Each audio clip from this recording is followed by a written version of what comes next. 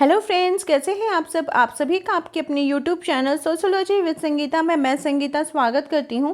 और इस चैनल के माध्यम से हम लोग सोशियोलॉजी के कम्पिटिटिव एग्जाम के प्रिपरेशन करते हैं। आपको इस चैनल में डेली 3 क्लासेस मिलती हैं, जिसमें कि मॉर्निंग क्लास में हम लोग कवर कर रहे हैं बीपीएससी 4.0 ट्री सोशियोलॉजी के सिलेबस को और साथ ही साथ यूपीपीजीडी के। दोपहर के 3 बजे आप लोगों के लिए झारखंड लेडी सुपरवाइजर के लिए 100 क्वेश्चंस का प्रैक्टिस सेट लगाया जा रहा है। और रात के 8 बजे हम लोग कवर कर रहे हैं झारखंड लेडी सुपरवाइजर का रिवीजन क्लास को। बात करूँ अगर बीपीएससी 4.0 के लिए, तो जो भी स्टूडेंट जिन्होंने भी बिहार एस्टेट को क्वालिफाई कर लिया है पेपर 2 का, वो बीपीएससी 4.0 के एग्ज़ाम में आप बैठ सकते हैं। और आपको इस एग्ज़ाम में बहुत बड़ी वैकेंसी भी देखने को मिलेगी, सोशियोलॉजी की भी अच्छे खासे सीट आपको देखने को मिलेंगी। तो वैसे स्टूडेंट्स जो एक सिस्टमेटिक वे में अपने सिलेबस के अकॉर्डिंग कंप्लीट्स पढ़ना चाहते हैं, तो वो पेड ग्रुप से ज़रूर ज्वाइन होइए। पेड ग्रुप में आपको जो नोट्स मिलेंगे वो मेरे हैंड रिटन नोट्स मिलेंगे, जिसमें मैंने पूरी कोशिश की है कि एनसीईआरटी को कवर करते हुए नोट्स को ऐसा बनाया जाए ताकि आप लोग को टू द पॉइंट चीज़ों को याद हो सके। क्योंकि आप देखिएगा कि सोशियोलॉजी एक ऐसा सब्जेक्ट है कि जिसमें आपको आपके सिलेबस से बहुत ज़्यादा आपको थिंकर्स ही आपको देखने को मिल जाएंगे कि कौन थिंकर क्या बोले हैं, तो बहुत कन्फ्यूज़न वाला सब्जेक्ट है। तो एक बार जरूर सिस्टमेटिक वे से सब इस चैनल के साथ जुड़े, पेड ग्रुप्स के साथ जुड़े। अब पेड ग्रुप से जुड़ने से क्या होगा कि जो मेरे पेड ग्रुप के स्टूडेंट हैं उनके लिए मैं टेलीग्राम पे टेस्ट भी अरेंज करती हूँ, ताकि आप वहाँ पे डेली क्वेश्चन को प्रैक्टिस भी कर सकें। यानी कि आपको डबल फ़ायदा होगा, एक तो आपको नोट्स भी मिल जाएगा और साथ ही साथ आपको टेस्ट लगाने का मौका भी मिल जाएगा। और आज का जो हमारा टॉपिक है वो है प्राथमिक अवधारणाएँ। इसके संदर्भ में इसमें बहुत सारे अवधारणाएँ होती हैं, उन सभी को हम लोग कवर करते हुए चलेंगे। तो क्लास को लास्ट तक देखिए। क्लास अगर आपको हेल्पफुल लगे तो जरूर से लाइक और सब्सक्राइब करें। प्राथमिक अवधारणाओं के अंतर्गत आपको बहुत सारे टॉपिक मिलेंगे, जिसमें प्राथमिक समूह, द्वितीयक समूह, आपका संस्था, समिति, ये सभी आ जाएंगे। तो ये जो टॉपिक है ये बहुत ही इम्पॉर्टेंट टॉपिक है। विवाह, ये सारे आ जाएंगे, नातेदारी प्रथा। तो इस क्लास को मैं आपको 2 क्लास में लेकर आऊँगी, 2 पार्ट में आपको इसको सारे क्वेश्चंस को कवर करूँगी। तो चलिए आज के पहले क्वेश्चन से हम लोग स्टार्ट करते हैं। सबसे पहला जो हमारा है वो है प्राथमिक समूह एवं द्वितीयक समूह। तो ये किसका मत है कि हमारी मानवीकरण की प्रक्रिया प्राथमिक समूहों में होती है? ये किनके द्वारा बोला गया है? तो टालकट पार्सन्स जी के द्वारा। नेक्स्ट क्वेश्चन है कि प्राइमरी ग्रुप के लिए आवश्यक नहीं है। तो प्राइमरी ग्रुप के लिए जो औपचारिक नियम है ये आवश्यक नहीं है।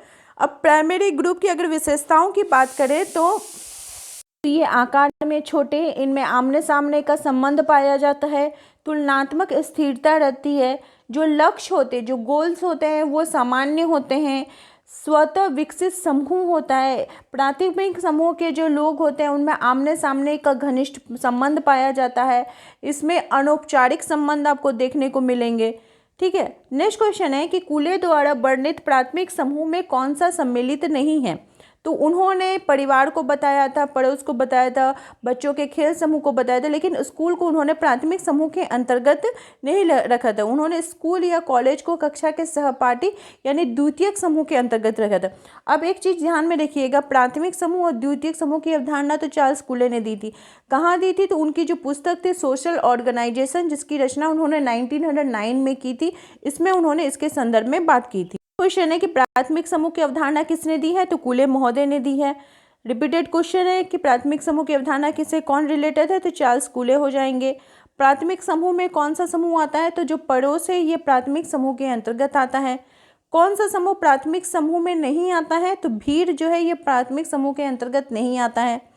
नेक्स्ट क्वेश्चन है कि निम्न में से द्वितीयक समूह कौन सा नहीं है? नहीं पूछ रहा है। तो जो पड़ोस है ये प्राथमिक समूह के अंतर्गत आएगा। नेक्स्ट क्वेश्चन है कि निम्न में से कौन सा द्वितीयक समूह है? तो जो ऑफिस हो जाएगा ये द्वितीयक समूह में हो जाएगा। बाकी परिवार, बच्चों का खेल समूह, पड़ोस, ये सब प्राथमिक समूह के अंतर्गत आ जाएंगे। तो द्वितीयक समूह में कौन सा आ जाएगा? तकनीकी विशेषज्ञों का जो समूह है वो द्वितीयक समूह में आएगा।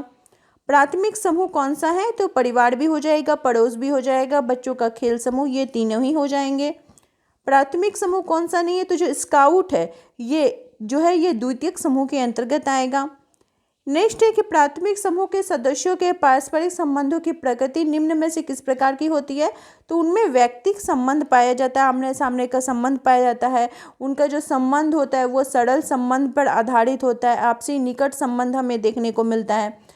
नेक्स्ट क्वेश्चन है, क्वेश्चन नंबर आपका 14 पूछा जा रहा है कि निम्नलिखित में से कौन सी विशेषता किसी सेकेंडरी ग्रुप की विशेषता नहीं। सेकेंडरी मतलब द्वितीयक, तो द्वितीयक जो समूह होते हैं उनमें आमने सामने का संबंध हमें देखने को नहीं मिलता है, अगर प्राइमरी रहता तो होता। नेक्स्ट है कि औपचारिक संबंध निम्न में से किस समूह का लक्षण है, तो औपचारिक यानी फॉर्मल जो हमारा रिलेशन है ये आपको द्वितीयक समूह में देखने को मिलेगा।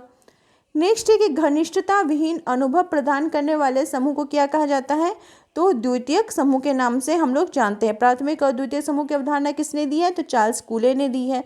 नेक्स्ट है कि अर्ध प्राथमिक समूह की अवधारणा किसने दी है, अर्ध प्राथमिक समूह जो इसकी अवधारणा भी चार्ल्स कूले महोदय ने ही दी है। नेक्स्ट है अर्ध प्राथमिक समूह की अवधारणा कौन प्रस्तुत करते हैं, तो चार्ल्स कूले महोदय करते हैं। ठीक है, अब नेक्स्ट टॉपिक है हम लोग का सामाजिक समूह। तो निम्नांकित में से कौन सा सामाजिक समूह के निर्माण में आवश्यक तत्व है, तो जो अंतःक्रिया है वो हो जाएगा, आवश्यक तत्व के अंतर्गत आ जाएगा। नेक्स्ट है क्वेश्चन नंबर आपका, इस क्वेश्चन पूछा जा रहा है कि निम्न में से कौन सा सामाजिक समूह के निर्माण का आवश्यक तत्व नहीं है, तो खोज जो हो जाएगा ये आवश्यक तत्व नहीं होगा। नेक्स्ट है क्षेत्रीय समूह हितों के प्रति चेतन समूह, निश्चित संगठन वाले समूह और अनिश्चित संगठन वाले समूह, ये वर्गीकरण किनके द्वारा किया गया है, तो मैकआइवर एवं पेज जी के द्वारा।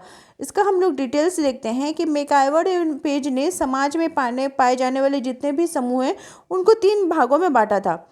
एक था कि क्षेत्रीय एकता वाले समूह, फिर हितों के प्रति चेतन वाले, लेकिन अनिश्चित संगठन वाले जो समूह होते हैं वो अपने हितों के प्रति जागरूक समूह, जिसमें वे संगठन भी होता है वहाँ पे होते हैं। क्षेत्रीय एकता वाले समूह साधारणतः एक निश्चित क्षेत्र में ही पाए जाते हैं और इनकी अपनी कुछ क्षेत्रीय विशेषताएं होती हैं, अपना कोई पर्सनल कुछ होता है।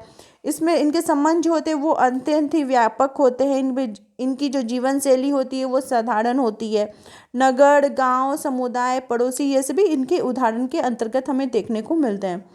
नेक्स्ट है कि जिन समूहों की प्रकृति अस्थायी होती है और जो उद्देश्य पूर्ति के उपरांत टूट जाते हैं उसको हम लोग क्या कहते हैं, तो हितों के प्रति चेतन समूह के नाम से जानते हैं। नेक्स्ट है कि समाजशास्त्रीय मानदंड के अनुसार निम्न में से कौन सा समूह की रचना को दर्शाता है, तो जो कॉलेज विद्यार्थी है ये इसको दर्शाता है।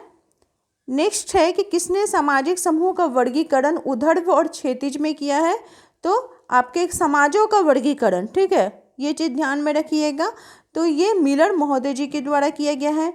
सामाजिक समूह के किन आधारों पर निर्माण होता है, तो 2 या 2 से अधिक सदस्यों के बीच अंतर संबंध पाया जाता है, लोगों को के बीच आपसी चेतना होती है, इन सभी के आधार पर हमें देखने को मिलता है।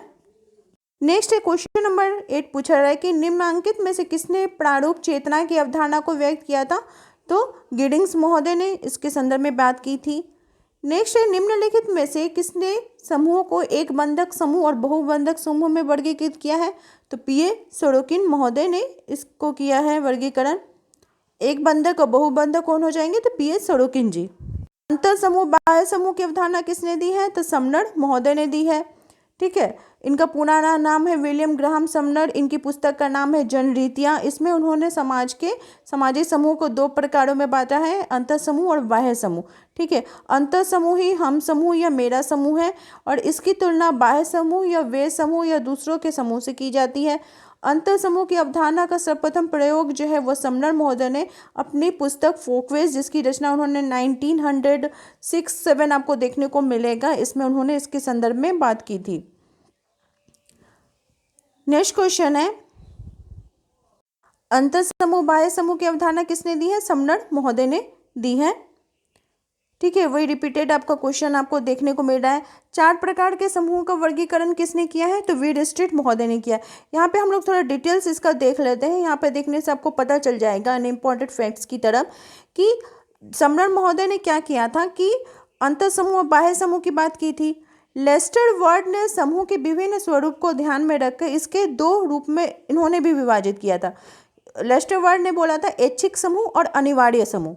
ठीक है, देखिए समूह ही है लेकिन इसमें कितने सारे थिंकर आ रहे हैं, खाली वही देख लीजिए।